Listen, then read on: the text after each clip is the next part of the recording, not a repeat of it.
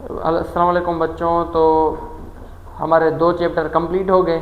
तो आज हम आपकी बुक का 3rd चैप्टर करेंगे।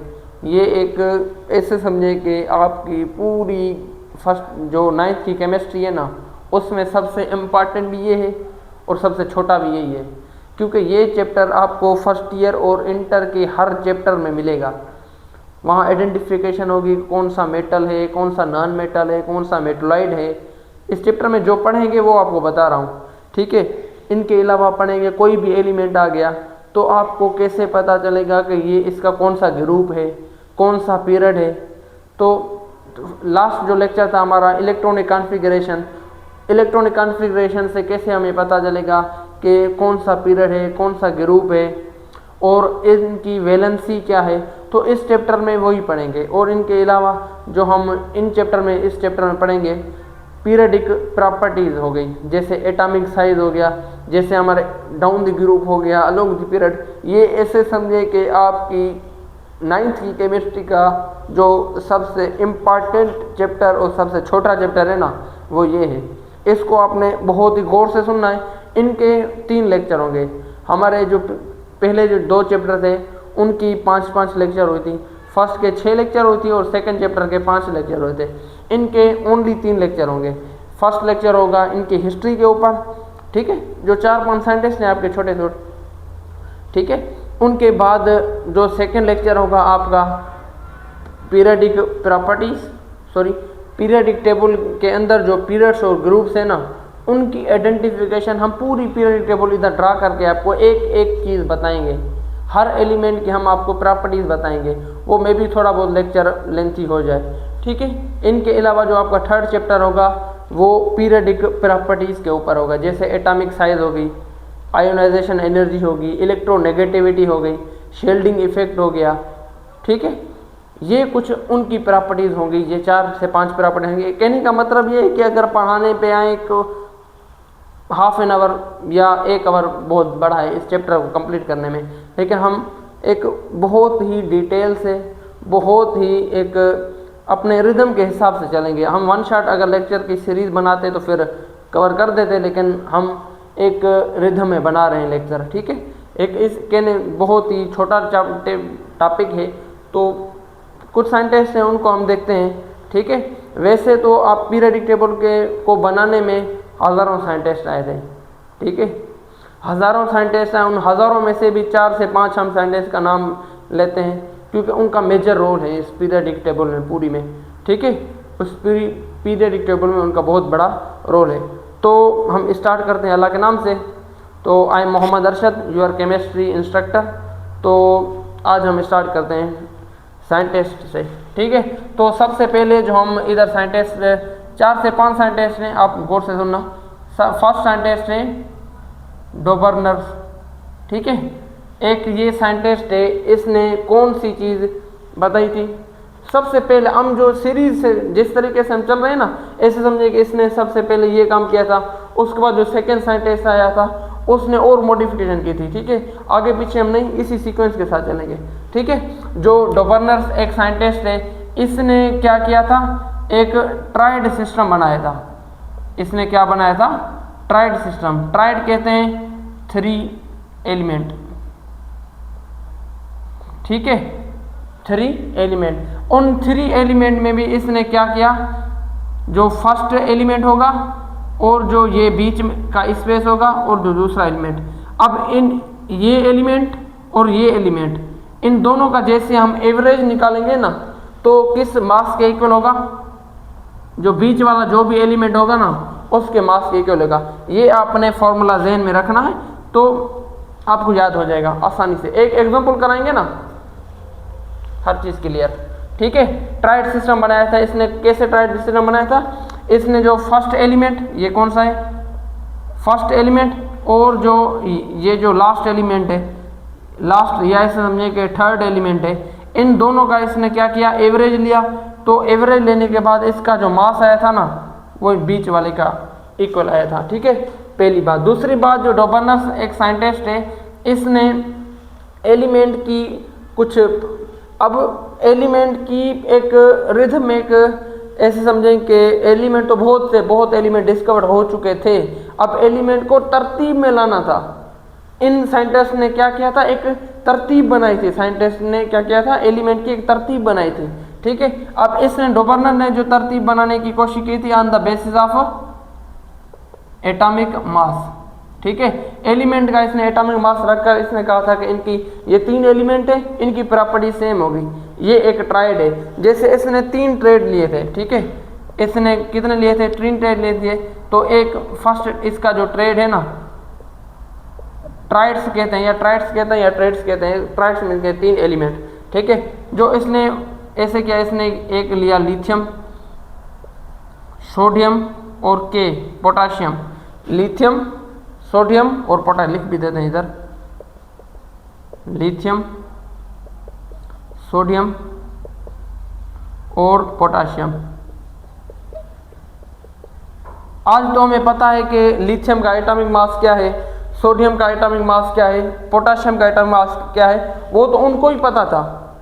वो तो क्या था, उनको ही पता था। उसने क्या किया, प्रॉपर्टीज बताने की कोशिश की थी कि फर्स्ट का एटॉमिक मास और सेकेंड का एटॉमिक मास का अगर हम एवरेज लेंगे ना, इनका एवरेज किन के इक्वल होगा, थर्ड के इक्वल। अब हमें पता है कि जो लिथियम है, इनका एटॉमिक मास कितना है, वो होता है 7। वो कितना होता है, 7। और जो पोटाशियम है, इनका मास कितना होता है, 39। कितना होता है, 39। अब इसने क्या किया था, अब 7 प्लस 39। अब ये जो फार्मूला देखे ना, जो फर्स्ट ये क्या है, ठीक है, ये कौन सा है, फर्स्ट हमने लिया। ये कौन सा है, थर्ड, ये थर्ड हमने लिया। अब इन दोनों को प्लस करके एवरेज निकाल। अब इनका जैसे एवरेज निकालते हैं ना, ये 1 नंबर, ये 2 नंबर, तो हम किससे डिवाइड करेंगे, 2 से डिवाइड करेंगे, तो इनका एवरेज आ जाएगा। तो इनको जैसे हम करते हैं, 39 और 7 कितना हो गया, 46। 46 डिवाइड बाय 2, 2 एंड 2 एंड 3 कितना आ गया, 23। अब इनका जो मास कितना है, ये तो हमें पता है कि इनका मास जो है 23 है। सोडियम का मास कितना है, एटॉमिक नंबर 11 होता है और मास नंबर कितना होता है, 23। अब यही मेथड था, ये एक फर्स्ट ट्रेड था। ठीक है, एक और दूसरा ट्रेड भी हम इधर ही ले लेते हैं।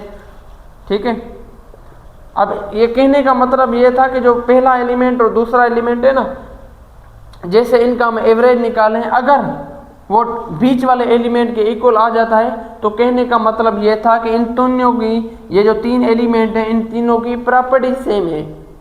इन तीनों की केमिकल और फिजिकल प्रॉपर्टीज क्या होती है, सेम होती है। अब दूसरा इसने जो ट्राई लिया था, क्लोरीन, ब्रोमीन, आयोडीन। ठीक है, इधर अब साइन एज अ सिंबल लिखते हैं हम। क्लोरीन का जो एटॉमिक मास कितना होता है, 35.5, और जो आयोडीन है, इसका एटॉमिक मास कितना होता है, 126.5। अब इन दोनों को जैसे, इन दोनों का जैसे हम एवरेज लेंगे ना, वो किन के इक्वल, किसके मास के इक्वल आएगा, ब्रोमीन के। अब लिख भी देते हैं, चलो, ब्रोमीन। ठीक है, ये क्या है हमारा, क्लोरीन, और ये हो क्या है हमारा, आयोडीन। ठीक है, जैसे हम फर्स्ट एलिमेंट का और लास्ट एलिमेंट का जैसे हम एवरेज लेते हैं, अगर वो थर्ड एलिमेंट के मास के इक्वल आ जाता है ना, तो फिर इन तीनों की प्रॉपर्टीज क्या होगी, सेम होगी। जैसे 35.5 प्लस 126.5। अब 2 एलिमेंट है तो डिवाइड किससे करेंगे, तो 2 से ही डिवाइड करेंगे। अब इन दोनों को जैसे 35 और 126 को इधर कर देते हैं, 126.5.553, यही है सेम। ठीक है, तो 0 1 2 6। ठीक है, हमारा कितना आ गया, 160। 160 डिवाइड बाय 2 किसे करेंगे, डिवाइड बाय किसे करेंगे, जैसे हम डिवाइड 2 से करते हैं तो कितना आ जाएगा हमारा मास, 81। कितना आ गया हमारा मास, 81। जो ब्रोमीन का मास है वो कितना होता है, 81। ठीक है, यही था हमारा सेकेंड ट्रेड। ठीक है, अब हम आते हैं इनका थर्ड ट्रेड के ऊपर। ठीक है, ये फर्स्ट ट्रेड, ये सेकंड। इनका जो थर्ड टेयर है वो कौन सा है? कैल्शियम,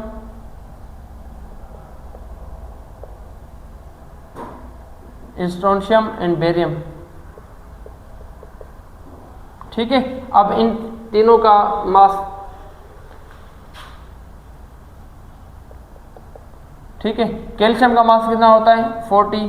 बेरियम का मास कितना होता है? 137। कितना होता है? 137। तो जैसे हम इनको ऐड करते हैं, अब कितना आएगा? 137 और 04 तो 771। ठीक है, कितना आएगा हमारा? 177। कितना आएगा हमारा? 177। तो अब इनका एवरेज लेते हैं हम, क्या आएगा? 177 डिवाइड बाय 2 से करेंगे, सॉरी, ठीक है ना। अब इनका और इनको हम ऐड करते हैं इधर, ठीक है। 40 प्लस 137 डिवाइड बाय 2, तो क्या आएगा? 177 डिवाइड बाय 2, और जैसे हम 2 से डिवाइड करेंगे तो 2 का टेबल लगाएंगे तो कितना आएगा? 88.5। ठीक है, ये थे हमारे ट्राइड। ठीक है, ये क्या थे? ये क्या थे हमारे ट्राइड? Calcium, strontium, barium. अब कहने का मतलब ये है कि ये फर्स्ट, पहली बात, ये दूसरे ग्रुप के एलिमेंट है और इन तीनों की प्रॉपर्टीज क्या होती है? सेम होती है। वो कैसे हमें पता चला? इनके एवरेज लेकर इनका जो मास है ना वो एक्यूरेट आया। ठीक है, अब हम दूसरे सेंटेंस की तरफ बढ़ते हैं। ठीक है, तो इधर हमने डोबर्नर ट्राइड सिस्टम को अच्छे से हमने डिस्कस कर लिया। उसके बाद हम आते हैं न्यूलैंड। एक और साइंटिस्ट था न्यूलैंड। इसने कौन सा लॉ दिया था? इसने दिया था लॉ ऑफ ऑक्टेव्स। ठीक है, इसने कौन सा लॉ दिया था? Law of Octave. इसने क्या कहा था इस लॉ में? तो इसने लॉ में ये कहा था कि हर 8 एलिमेंट के बाद प्रॉपर्टीज जो होती है वो रिपीट होती है। इसने एक बार फिर से सुने आप, इसने कहा था, इसने लॉ ऑफ ऑक्टेव्स दिया था। इस लॉ ऑफ ऑक्टेव्स, ऑक्टेव्स कहते हैं हम 8 को। ऑक्टेव्स किसे कहते हैं हम? 8 को। तो इसने कहा था कि हर 8 एलिमेंट के बाद प्रॉपर्टीज क्या होती है? रिपीट होती है। तो यही था इसका लॉ। तो इसको अब हम एक डिस्क्रिप्शन फॉर्म में लिखते हैं। ठीक है, लॉ ऑफ ऑक्टेव को बस ये लिखते हैं कि every 8 element properties repeat itself. ठीक है, हर 8 एलिमेंट के बाद क्या होती है? प्रॉपर्टीज क्या होती है? रिपीट होती है। तो इसने दो पीरियड्स बनाए थे। ठीक है, पीरियड सेकंड और पीरियड थर्ड बनाकर इसने एक एग्जांपल दिया था कैसे। अब देखें, लिथियम थर्ड, अब फोर्थ किसका है? बेरिलियम का, फोर्थ बोरान, 5 कार्बन, 6 7 किसका है? नाइट्रोजन, 8 किसका है? 8 है ऑक्सीजन का, एंड 9 किसका है? न्यून का। 1 2 3 4 5 6 8 किसका है? 9 किसका है? फ्लोरीन। ठीक है, ये हमारे हो गए। एक कहने का मतलब, अब दूसरा पीरियड बनाते हैं हम। लिथियम के बाद आता है सोडियम 11, इधर आएंगे जो 12 13 14 15 16 एंड 17। तो इसके सल्फर, फास्फोरस, क्लोरीन, ठीक है, lithium, sodium, beryllium, magnesium, aluminium, silicon. ठीक है, तो अब इनका हम एटॉमिक मास जो हमने नीचे लिखा है ना वो रहने दे, कोई मसला नहीं। ठीक है, अब इसका लॉ के मुताबिक जो बात है ना वो हम देखते हैं। इसने क्या कहा था कि हर 8 एलिमेंट के बाद प्रॉपर्टीज रिपीट होती है। तो इधर को कितने एलिमेंट लिखे हुए हैं? 1 2 3। इधर जो एलिमेंट कितने लिखे हुए हैं? 1 2 3 4 5 6। इधर जो 7 एलिमेंट लिखे हुए हैं। ऊपर फर्स्ट रो में कितने एलिमेंट लिखे हुए हैं? फ्लोरीन तक, लिथियम से फ्लोरीन तक 7 एलिमेंट लिखे हुए हैं। इसने कहा था कि हर 8 एलिमेंट के बाद ये 7 एलिमेंट ये हो गए और ये 8वां एलिमेंट ये हो गया। ठीक है, ये 8वां एलिमेंट सोडियम हो गया। तो इसने इस लॉ में कौन सी बात कही थी कि अब देखें ना, जैसे हो गया लिथियम और सोडियम, इनकी प्रॉपर्टीज सिमिलर होती है, जैसे बेरिलियम और मैग्नीशियम इनकी प्रॉपर्टी सिमिलर होती है, बोरॉन और एल्यूमिनियम की प्रॉपर्टी सेम होती है, कार्बन सिलिकॉन की प्रॉपर्टी सेम होती है, नाइट्रोजन फास्फोरस की प्रॉपर्टी सेम होती है, ऑक्सीजन और सल्फर की प्रॉपर्टी सेम होती है, फ्लोरीन और क्लोरीन की प्रॉपर्टीज सेम होती है। ये है 7 पेयर, ठीक है, ये 7 एलिमेंट, लिथियम से लेकर फ्लोरीन तक ये 7 एलिमेंट, और ये 8वां एलिमेंट ये इनकी। अब उस टाइम नोबेल गैस डिस्कवर नहीं हुए थे, अगर डिस्कवर होते तो इसने जो बात कही ना वो 100% बिल्कुल एक्यूरेट थी। अगर ये कहता कि लॉ ऑफ नोनेन कहता उस टाइम, अगर नोबेल गैस डिस्कवर होते तो ये क्या कहता, लॉ ऑफ नोनेन, हर 9 एलिमेंट के बाद प्रॉपर्टी रिपीट होती। ये बात आज तक ये करेक्ट है, लेकिन लॉ ऑफ इसने कौन सा दिया, ऑक्टेव्स, ये इधर फंस गया सीएम, ठीक है। तो आगे हम बढ़ते हैं, ये एक था न्यूलैंड। तो अब आगे हम बढ़ते हैं एक और साइंटिस्ट के ऊपर, मेंडलीव। मेंडलीव, ठीक है। अब जो मॉडर्न पीरियडिक टेबल है ना, उसमें मेंडलीव का बहुत बड़ा रोल है, ठीक है। मेंडलीव का बहुत बड़ा रोल है, क्योंकि मेंडलीव ने एक पीरियड्स और ग्रुप्स के बारे में बात कही थी, ग्रुप्स, ठीक है।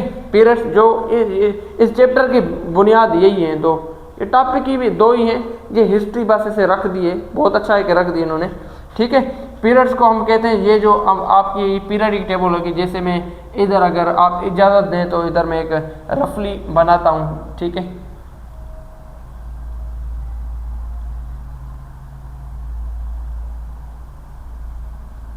ये जो हमारी हो गई ना पीरियडिक टेबल, ठीक है, ये हमारे क्या हो गए, ग्रुप हो गए,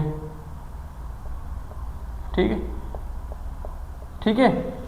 ये हमारे क्या हो गए, ग्रुप्स। अब ग्रुप्स को कहते हैं हम वर्टिकल रोज। अब ये जो डाउन द ग्रुप आते हैं ना, जैसे ये नीचे जैसे आते हैं, ये क्या होते हैं, ग्रुप्स होते हैं। ये क्या होते हैं, ग्रुप्स होते हैं। ग्रुप्स क्या है, एक वर्टिकल, सॉरी ग्रुप्स क्या होते हैं, एक वर्टिकल रोज होती है, ठीक है। ग्रुप्स क्या होते हैं, ग्रुप्स क्या होते हैं, इनको कहा जाता है कि वर्टिकल कॉलम्स, ठीक है। और जो पीरियड्स हो गए ना, ये इस सीक्वेंस में अगर जाते हैं ना, ये होते हैं हमारे पीरियड्स। ये कौन सी है, हॉरिजॉन्टल रोज। ये कौन सी है, हॉरिजॉन्टल रोज, ठीक है। इसने एक क्लासिफिकेशन कर रहे थे ना, एलिमेंट की डिस्कवरी किसी और ने की थी, एलिमेंट की डिस्कवरी किसी और ने की थी। इन साइंटिस्ट जो हम बता रहे हैं आपको, इन्होंने एक पीरियड टेबल की अरेंजमेंट की थी, ठीक है। अब इसने पीरियड्स और ग्रुप्स के बारे में बताया कि भाई पीरियड इस तरीके के होने चाहिए, ग्रुप इस तरीके के होने चाहिए। और इसने एक और बहुत ही बड़ा काम किया, इसने पीरियड टेबल में जैसे इसने एलिमेंट की अरेंजमेंट की थी, तो इसने कुछ स्पेस छोड़े थे उन एलिमेंट के जो अभी तक डिस्कवर नहीं हुए थे, ठीक है। उन एलिमेंट के इसने स्पेस छोड़े थे। वो इसने ये कहा था कि भाई कोई एलिमेंट आएगा जो इस प्लेस पर रखा जाएगा, ठीक है। इसने लिख देते हैं, रफली लिख देते हैं कि leave space for those element whose not discovered at date time, ठीक है। इसने एक ये बात कही थी। ये जो ऐसे समझिए कि मॉडर्न पीरियडिक टेबल है ना, इनका बहुत बड़ा रोल है मेंडलीव का, ठीक है। आगे हमारे कुछ और एक दो साइंटिस्ट रहते हैं, उनको हम देखते हैं, ठीक है बच्चे। तो ये इधर मेंडलीव की हमने कुछ बातें कर ली, ठीक है। मेंडलीव के बाद दो और साइंटिस्ट ने, उनको लोथर मेयर, ठीक है। इसने एक कर्व दिया था, ठीक है, एक ऐसे समझे कि मैप दिया था, कर्व दिया था। आज की बुक में तो इसके बारे में कुछ और है नहीं, तो इनकी एक डिस्कवरी है जस्ट।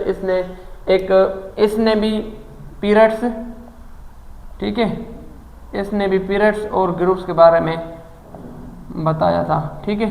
इसने पीरियड्स और ग्रुप्स के बारे में बताया था और उसने 56 एलिमेंट को डिस्कवर किया था।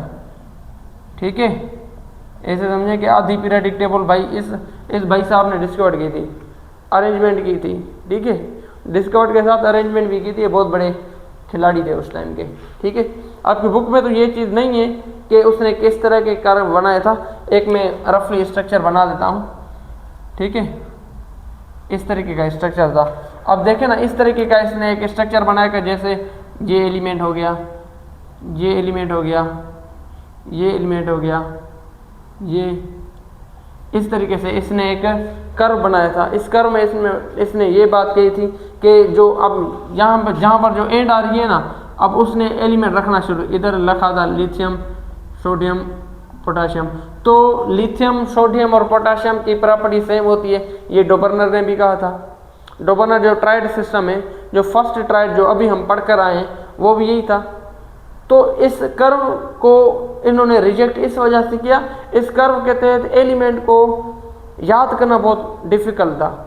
ठीक है, अब ये जो हमारे दो साइंटिस्ट हो गए, न्यूलैंड हो गया और मेंडलीव हो गया ना, इन्होंने भी जो पीरियडिक टेबल की जो क्लासिफिकेशन की थी ना, on the basis of atomic mass के ऊपर की थी, एटॉमिक मास के ऊपर की थी। अब जो मेंडलीव था उसने भी जो पीरियडिक टेबल की क्लासिफिकेशन की थी on the basis of atomic mass. इनका सबसे बड़ा ड्रॉबैक भी यही था। लोथर मेयर ने भी जो क्लासिफिकेशन की थी on the basis of element की जो क्लासिफिकेशन की थी on the basis of atomic mass. एक और बहुत ही इंटेलिजेंट आपकी तरह इस सारी सूरत हाल को समझते हुए उसने क्लासिफिकेशन जो की थी ना on the basis of atomic number, और यही सबसे करेक्ट थी। ठीक है, और वो कौन सा था? अगर आपने एक मरतबा बुक को देख लिया है लेक्चर से पहले, तो आपके जहन में ये जो सुनहरी नाम है ना, वो ज़रूर आएगा। कौन सा है? मोज़ले साहब। ठीक है, इस सब ने, अब इधर ही हमने पीरियड्स और ग्रुप्स की बात की, इधर ही हमने पीरियड्स और ग्रुप्स की बात की। इनकी अरेंजमेंट गलत थी। कोई कह रहा था कि ग्रुप्स 7 होते हैं, कोई कह रहा था ग्रुप 9 होते हैं। अब लोथर मेयर ने कहा था कि ग्रुप्स 9 होते हैं। भाई कहाँ से आए 9th ग्रुप? ठीक है, 9th ग्रुप्स कौन से थे भाई? 1 2 3 4 5 6। अब आज तक जो डिस्कवर्ड है वो 8 ही ग्रुप हैं जो हम पढ़ते हैं। ठीक है, वो कौन से? अब इसने जो सबसे पहले करेक्शन की थी ग्रुप्स की। ठीक है, ग्रुप्स को हम क्या कहते हैं? जो नीचे डाउन द ग्रुप आते हैं तो vertical rows, sorry vertical column, vertical column कितने इसने कहा था? ये कितने हैं? 8 हैं। ठीक है, और उसने पीरियड्स की बात की थी। ठीक है, पीरियड्स वो कितने? 7 रोज हैं। रोज कौन सी है? हॉरिजॉन्टल, हॉरिजॉन्टल रोज। ठीक है, ये था हमारा मोज़ले साहब। मोज़ले साहब ने क्लासिफिकेशन ग्रुप्स और पीरियड की थी on the basis of class. इधर हम लिख देते हैं, मोज़ले ने जो क्लासिफिकेशन की थी, classification of element on the basis of atomic number. ठीक है, अब सब ने और जो भी साइंटिस्ट है ना, सब ने जो क्लासिफिकेशन की थी on the basis of atomic mass के ऊपर। जो ये जो साइंटिस्ट था मोज़ले, जिसको अभी हम पढ़ रहे हैं, इसने क्या किया था? क्लासिफिकेशन की थी on the basis of atomic number. तो और जितने भी साइंटिस्ट हैं ना, उन्होंने क्लासिफिकेशन एलिमेंट की थी on the basis of atomic mass के ऊपर। ठीक है, ये था बच्चे हमारा आज का टॉपिक, जिसमें हमने कुछ साइंटिस्ट को देखा, इनकी हमने बैकग्राउंड हिस्ट्री देखी। वैसे तो हज़ारों साइंटिस्ट आए थे, लेकिन इनका रोल बहुत ही बड़ा रोल है। ठीक है, इनकी वजह से आज इनको हम पढ़ रहे हैं। ठीक है, सबसे ज़्यादा रोल इनका है। आप ठीक है, डोबर्नर और जो भी साइंटिस्ट होंगे, और इसके बाद नेक्स्ट लेक्चर होगा वो ऐसे समझे कि पूरी केमिस्ट्री का सबसे इम्पॉर्टेंट है। हर चैप्टर में उसका कोई ना कोई जिक्र आएगा। कोई मेटल होगा, कोई नॉन मेटल होगा, कोई कहाँ ग्रुप की बात कही होगी, कौन मेटल है, कौन नॉन मेटल है, कौन सा बॉन्ड बनाएगा। किस एलिमेंट की कौन सी प्रॉपर्टीज होगी, ऐसे समझे कि बहुत इंपॉर्टेंट है। ठीक है, आपने मिस नहीं करना। अगर आप इधर तक पहुंच गए ना, वो आपने ज़रूर देखना है। कोई और लेक्चर देखें ना देखें वो आपकी मर्ज़ी, लेकिन वो लेक्चर आपने ज़रूर देखना है। ठीक है बच्चे, अपने दुआओं में याद रखें। अस्सलाम वालेकुम।